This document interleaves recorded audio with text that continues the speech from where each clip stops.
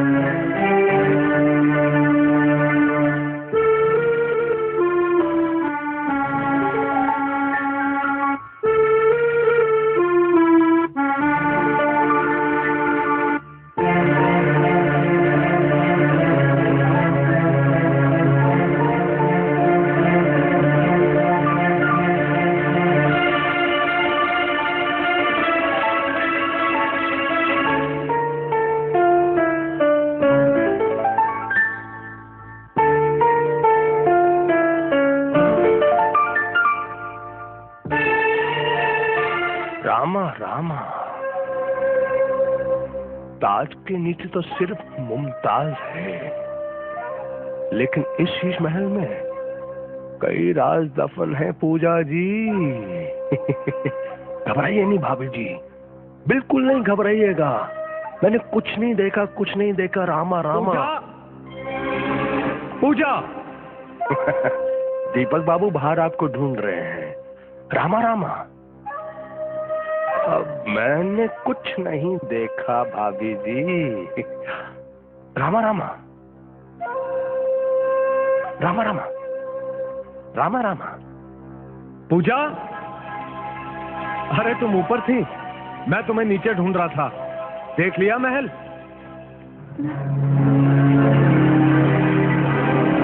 क्या हुआ पूजा, तुम कुछ परेशान सी लग रही हो? नहीं तो। ये परेशान नहीं है, महल को देख के थोड़ी हैरान है। रामा रामा। आओ चलो बाहर चलते हैं, मैं तुम्हें केपी साहब से मिलाता हूँ।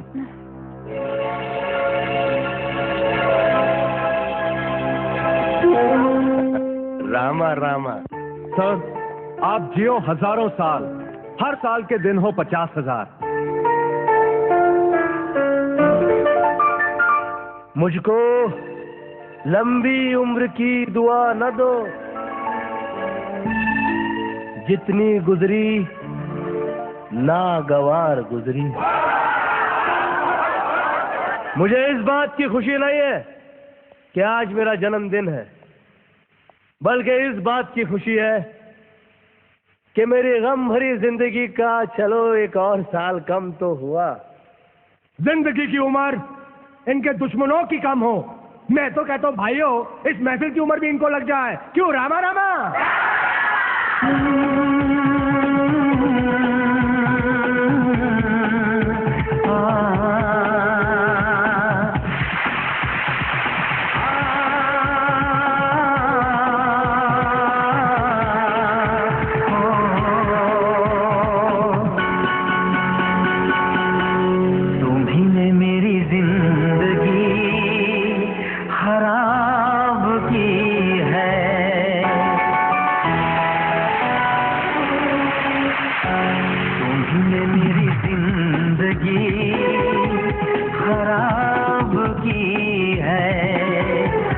तुम्ही ने मेरी जिंदगी खराब की है, तुम्हारे लिए ही मैंने शराब पी है। तुम्ही ने मेरी जिंदगी खराब की है, तुम्हारे लिए ही मैंने शराब पी है।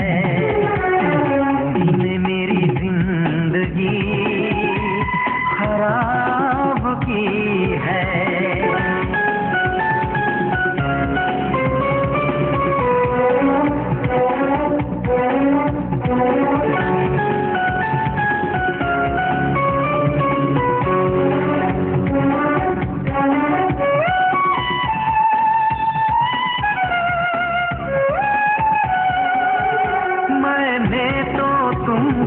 प्यार किया, चाहत पे यकीन दिलदार किया,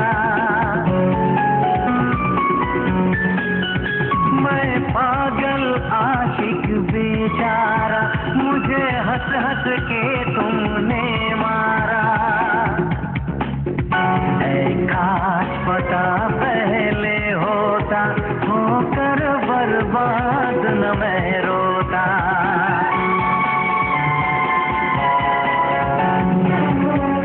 तुम्ही ने मेरी जिंदगी खराब की है, तुम्हारे लिए ही मैंने शराब पी है।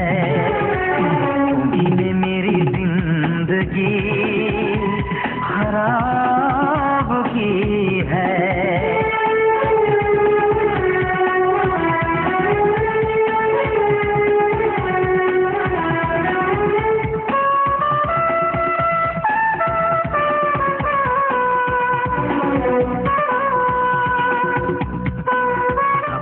मेम साहब कौन है? ये वही मेम साहब है जिनकी साहब के कमरे में तस्वीरें लगी हुई हैं। इन्हीं की मेहरबानियों से साहब का ये हाल है। किसे क्या बोले क्यों जीता हूँ, अपने जख्मों को सीता हूँ। कोई आग जले है सीने में, आए न मजा अब जीने में। इस चाहत का इनाम मिला, एक पल न कहीं आराम मिला।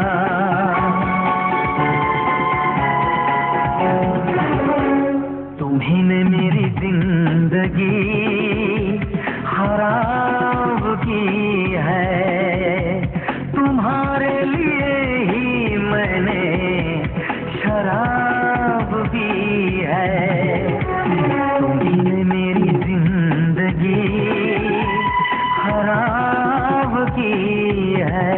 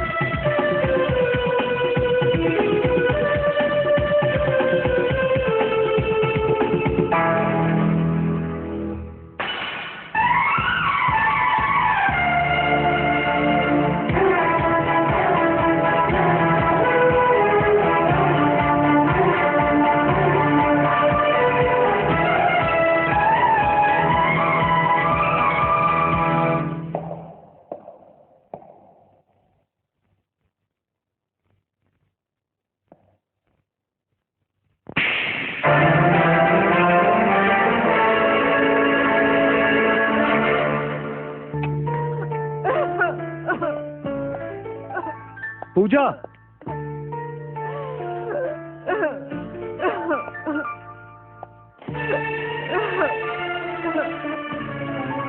हे पूजा, अरे पगली, इसमें तेरा क्या कसूर था? तू क्यों रो रही? मैं जानता हूं पूजा कि तुम मुझसे बहुत प्यार करती हो और मेरे सिवा कोई तुम्हारे ख्याल में भी नहीं आ सकता। मैं तो सोच भी नहीं सकता था कि जिस आदमी को कल तक मैं एक देवता समझता था वो इतनी गिरी हुई हरकत कर सकता है। मैं उसे कभी माफ नहीं करूंगा। मैं आज ही उसकी नौकरी छोड़ दूंगा, लौटा दूंगा उसकी दी हुई बंगले और गाड़ी की चाबियां। किसी शैतान की दी हुई सौगात से किसी इंसान की दी हुई खैरात ज्यादा अच्छी है।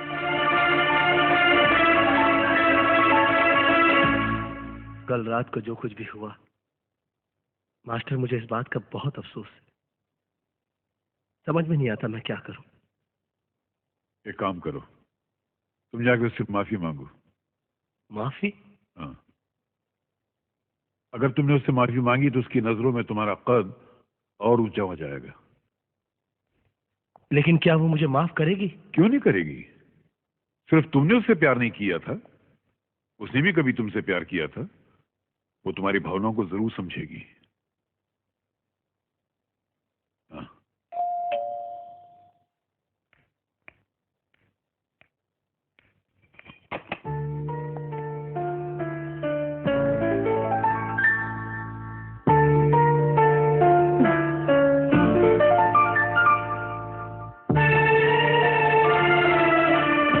कल रात जो कुछ भी हुआ मैं उसके लिए बहुत शर्मिंदा हूं। दरअसल कल मैं अपने अतीत के उस टूटे हुए मंदिर में चला गया था जहां कभी मैं किसी पूजा की पूजा किया करता था। तुम्हारा अतीत, मेरा आज और मेरा मुस्तकबिल दोनों बिगाड़ देगा। तुम एक मैकेनिक थे ना? एक मैकेनिक बिगड़ी हुई को बनाता है, बनी को बिगाड़ता नहीं। प्लीज मेरे घर से तबाह मत करना। पूजा, किस अतीत की बात कर रहे हो तुम? मुझे देखकर तुम्हें तुम्हारा अतीत याद आया? मेरी मांग का सिंदूर और गले का मंगलसूत्र, ये क्यों नहीं नजर आया तुम्हें? तुम ये क्यों भूल गए कि अब मैं तुम्हारी पूजा नहीं बल्कि किसी की पत्नी हूँ? कल रात जो कुछ भी हुआ वो तुम्हारी ख्वाहिश थी। तुम्हारे अंदर आज भी मुझे पाने की हसरत जिंदा है। तुम मेरे पति, मेरे घर पर इसलिए मेहरबान हो ताकि उसकी आड़ में तुम मुझ तक पहुंच सको, लेकिन अब मैं तुम्हारी पहुंच से बहुत दूर हो चुकी हूँ। अब तुम मुझे इंसान तो दूर, देवता बनकर भी हासिल नहीं कर सकते। कभी नहीं, किसी भी जन्म में नहीं, किसी भी जन्म में नहीं, किसी भी जन्म में नहीं।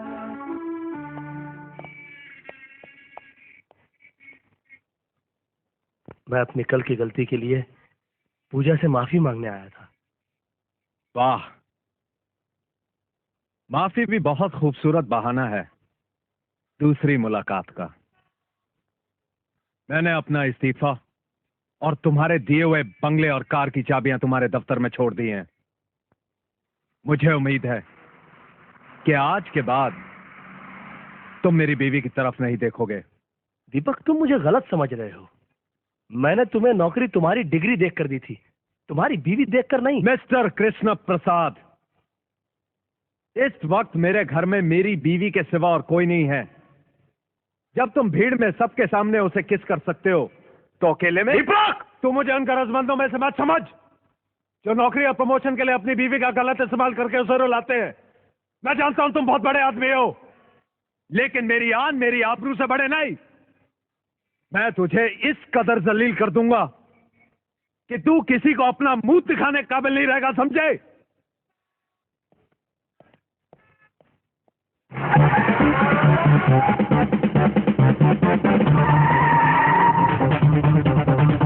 तुम मेरे पति, मेरे घर में इसलिए मेहरबान हो ताकि उसकी आड़ में तुम मुझ तक पहुंच सको।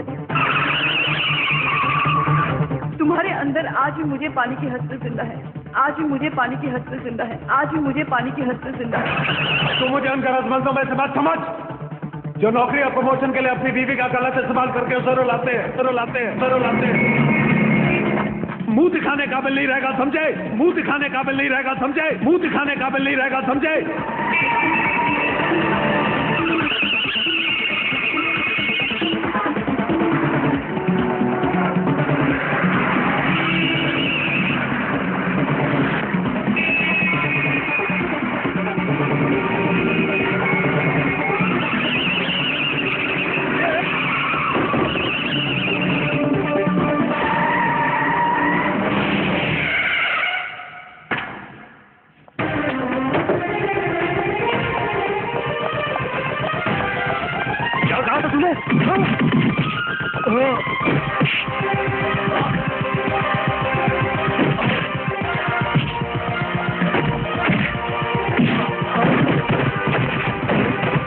तू हमें दलील करेगा?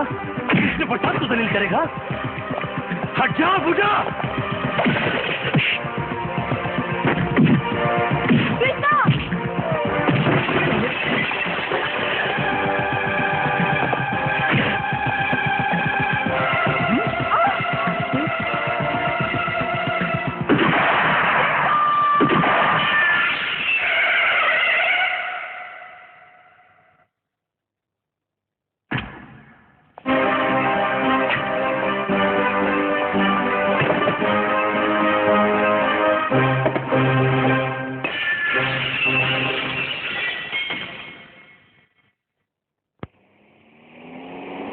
बस यही है। आइए। रामा रामा, क्या बात है लाली? ये सब क्या है? मिस्टर दीपक, आप पर चार्ज है। आपने केपी ग्रुप ऑफ इंडस्ट्रीज का लाखों रुपए का गबन किया है। What? Mister Deepak, you are under arrest.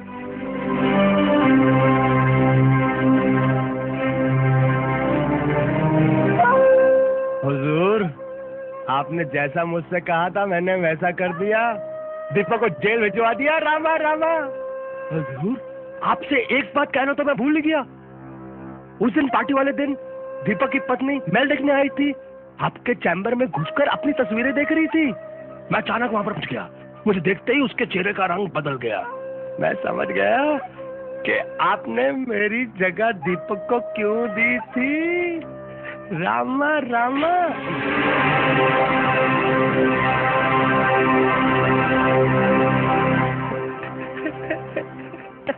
समझदार हो। रामा रामा।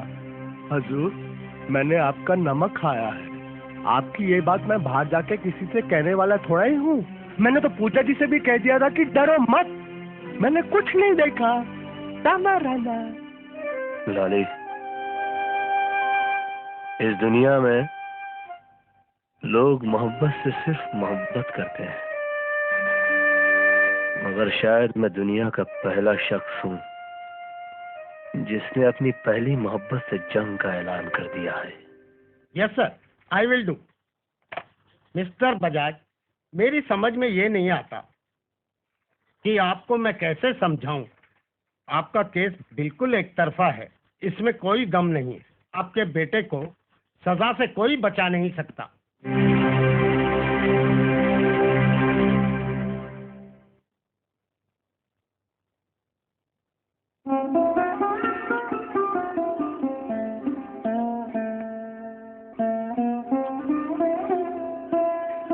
बाबूजी, बाबूजी। रो मत मेरे बच्चों। नसीब जब बिन मांगे कुछ देता है, बिना पूछे छीन भी लेता है।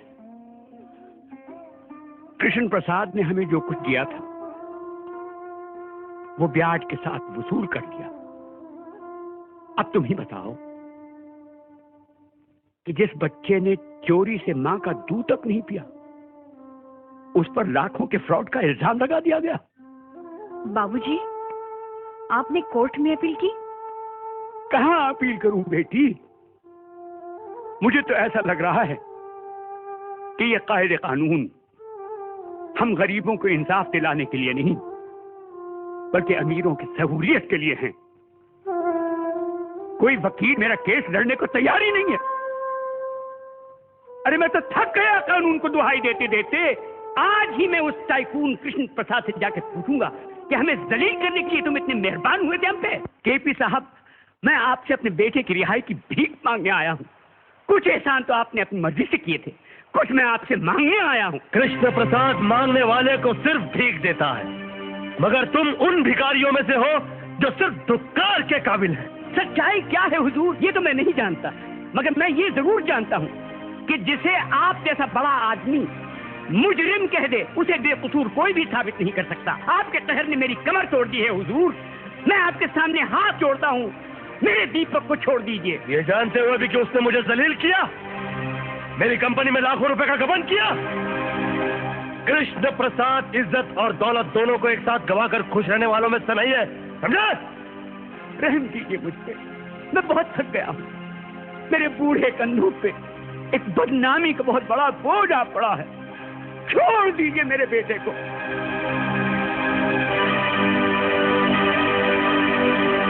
ठीक है, मैं तुम्हारे बेटे को छोड़ देता हूँ, तुम अपनी बहू को मेरे पास भेज दो। कृष्ण प्रसाद कमीने! ये किसी गरीब की गर्दन नहीं है, एक टाइकून का गिरेबान है। उड़ा के बाहर फेंक दो इन्हें। कमीने! पहले मेरे बेटे को फंसा दिया, अब मुझसे मेरी बहू मांगता है। अब मैं तो तुझे देवता समझता था और तू निकला सिर्फ एक आदमी, और वो भी एक नीच और गिरा हुआ आदमी। मिट जाएगा तू, बर्बाद हो जाएगा तू। लोग थूकेंगे तेरे इतिहास पर और लानत भेजेंगे तेरी हस्ती पर। ये मेरी बद्दुआ है तेरे लिए, समझे? ये मेरा श्राप है तुझे, कृष्ण प्रसाद।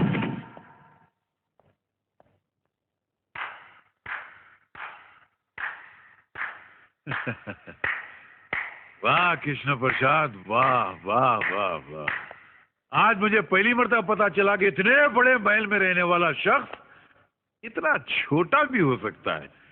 अरे जिस मोहब्बत को तो अपनी मोहब्बत के बल से हासिल ना कर सका, उस मोहब्बत को अपनी कायरता छल कपट से हासिल करना चाहता है। आज मुझे पता चला कि तेरे इस मासूम और भोले चेहरे के पीछे एक शैतान, एक भेड़िया रहता है। मास्टर, चिल्ला मत। तू मोहब्बत में मिटा जरूर है, मगर मोहब्बत के फलसफे को नहीं समझा। तू बहुत ऊंचा फलसफा है, और मैं यहाँ तेरी शरारतों को रफू करने आया था। तेरी बदतमीजों को रफू नहीं कर सकता मैं जा रहा हूं। अरे जा, मुझे किसी की जरूरत नहीं है।